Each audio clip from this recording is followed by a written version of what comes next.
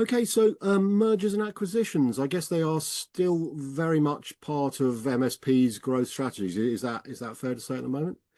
Yeah, it certainly seems to be.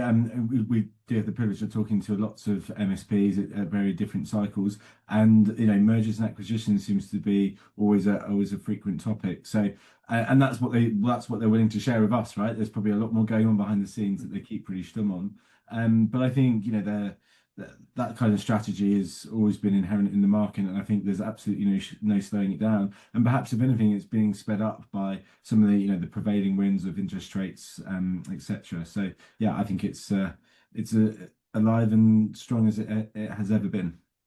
Okay, but maybe something they perhaps more reluctant to share with you, or sorry, yeah, more reluctant to share is that all too often, M&As, they don't end up quite as the investors were hoping. So MSPs, the M&As happen, but perhaps the MSPs struggle to meet what the investors are expecting. Is that also a fair point?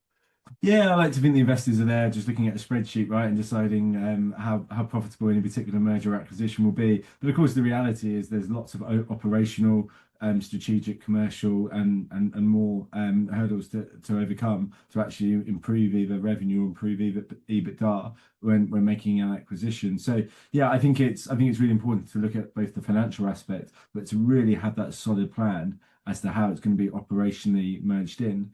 We've worked with MSPs over the years who, when we've started working with them, they've had a backlog of acquisitions that needed to be integrated from an operational perspective. 1, 2, 3, sometimes even 5 years. Where they're still effectively operating as a separate entity, although under the same umbrella, just because there is no operational plan to merge them in. So yeah, I think investors' expectations can be very high. And it's incumbent on those MSPs to deliver against that. I guess the growth through acquisition is there's some fairly obvious benefits. You acquire a lot of new business and opportunity potentially fairly easily, but as you've alluded to there are the significant challenges, and I guess at the present time we've got economic uncertainties, geopolitics, so it's perhaps not as clear cut as it should be, or at least there's nothing to stop M&As, but there are plenty of obstacles, shall we say, to making those go smoothly. Is that right?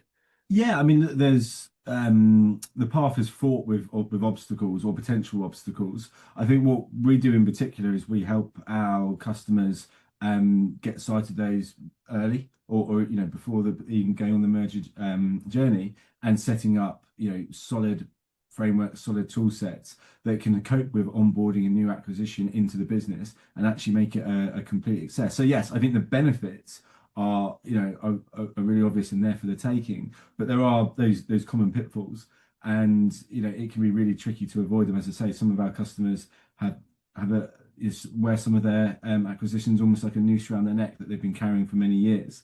And so it's very easy to fall into those traps. And then when you add on rampant inflation, interest rates, geopolitical unease, and even the question mark over exporting to the US and tariffs, it's all adding extra dimensions that can pile pressure on something that, if you don't have a plan for, can be very tricky indeed. Yeah, so as you said there, excitement of M&A can potentially become more of a burden once the reality hits, I suppose. But I think you're particularly keen to emphasize that rather than the sort of new and existing businesses investing in more and more tools to try and address the situation, perhaps the focus should be more on making the existing platforms, technology solutions work smarter, more cohesively, rather than say just throwing money and more solutions at it. Is that the way forward, if you like, for folks? We certainly think so. Yeah, we see a number of different approaches, or have seen a number of different approaches over the years. One of the most common seems to be sort of, well, let's acquire the asset and then figure it out later, right? We'll have a budget to do the integration, and we expect to spend all of that budget on very expensive consultants and adding additional gaps in the team, etc. Whereas the alternative, we believe, is far more efficient to get a stable, streamlined and coherent operational platform in place where you know no matter which organization you require next, they need to conform to that the model that you've set down as an MSP. And so what you're then doing is then laying out a plan to get that acquisition to conform to the steps that you need. And then it becomes a very rinse and repeat exercise. One of our customers does this incredibly well. And yes, they have selected us as their partner to deliver on it, but it's about getting the operational footprint really well thought through, really well understood, and then expecting those acquisitions to come on and on board to that footprint, rather than sort of having an N or an N+1 debate every single time about which technology stack should come in. You know, should the acquired stack take over, or should the incumbent one win, and so forth. So there's two clear different approaches there, and I think one is considerably more efficient. And in terms of this integration, there clearly are some benefits of getting it right. And I think you've identified that the folks that do tend to get M&As right more often than not think that integration's a strategic function, not just a sort of necessary technical task. So I think you sort of outlined it there a bit, but maybe you want to expand as to how they go about the process, planning, implementing, etc. Would be good. Yeah, absolutely. I mean, first and foremost, defining the data sets, defining the tool sets that will be used. So, is there one monitoring system within the business, or do you accept that other monitoring systems will be needed and they need to be complemented and expanded? Is there an established business intelligence or data warehousing solution? To what extent can processes be customized? ITIL-based processes like change management. To what extent can the tail wag the dog, right? Can the acquisition decide that they can make changes to the central change process, or no, it's the other way around. The dog dictates how the tag wails, so to speak, and there is only one change process and you must conform. I think answering those questions up front is what really needs to happen, and then makes integration just a process to work through, as opposed to an ongoing debate and a legacy challenge with lots of people running around saying, well, we're not quite sure, but we're happy to run up the clock while we try and figure it out.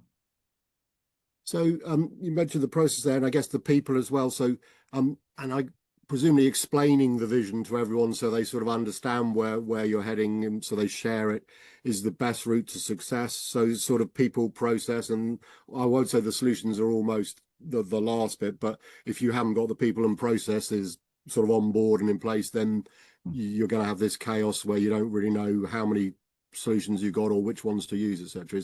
So yeah, it's the 3 Ps, is that right?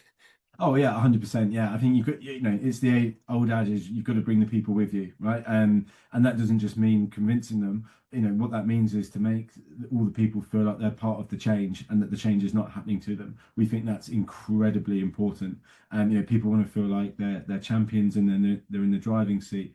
Not that they're being driven to somewhere that they're potentially not in control of.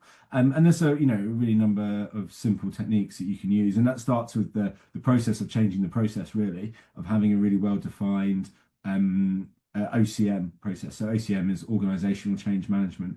In some businesses, it can be a team of 1, 2, or even 3 people, where their day job is to manage the eternity of change. So we think that's really important. And then lastly, you've got to have a platform, a tool, if you will, that supports tracking, planning, and implementing all of those things. And so, but you're absolutely right. You've got to start with the people, then it's process, and then tool sets often come last, but still equally as important. And also, I guess, an acknowledgement that an M&A is a complex process. So you accept that, but it doesn't mean that the complexity needs to sort of descend into chaos. But there's no point in pretending it's going to be simple. But you need to understand that, and you've got a better chance than just getting overwhelmed because you potentially didn't realise how complex things were going to be. Yeah, absolutely. I like to think, and I like to say that one man's chaos is another person's day job, right? And I think that's very much how we think about ourselves, right? In that the world of customer service management processes and systems and ITIL, etc., is incredibly complex. But for us at POPX, it's all we do all day in, day out. So actually, we're rather good at it, and we understand all the complexities. For an MSP that's embarking on this type of transformational project, whether it's an acquisition or whatever, it's not their day job, right? It's you're lucky if it's part of their job or 1 day a week, right? So yeah, if you're gonna do something as expert as this, why not have experts come in and help you? You wouldn't try and walk up Mount Everest without a guide and a Sherpa, right? And they do it every single day, so it's not complex for them. Okay, maybe just finishing in terms of yourselves, what can we expect? What's the roadmap looking like for the rest of 2025? And anything you can share? Yeah, look, ServiceNow, they've just had their user conference in Las Vegas. Obviously, some super exciting stuff coming out of there. You won't be surprised that, a lot of it is focused around AI because that's what grabs the headlines. But in addition to the new AI stuff that's coming out, there's some fantastic features of continuously enhancing the platform, as they move into the world of CRM, SOM, and more. Hugely exciting. ServiceNow is going from being a behemoth to an even bigger behemoth. And we're super excited about that journey, supporting ServiceNow on that and helping customers to adopt it as much as possible. For us, it's continuing to deliver every day for our existing customers. We're looking to always acquire new ones and drive as much innovation into our platform as possible. And I'm really glad that we're continuing to hire and acquire customers to fuel that innovation. Okay, it's been lovely to catch up, Andy, and for you to share your thoughts on the M&As, which I know is an exciting thing, but as we've alluded to as well, can come with plenty of challenges as well. But really appreciate your time. Thanks very much. Thank you. Thank you, Phil. It's been great.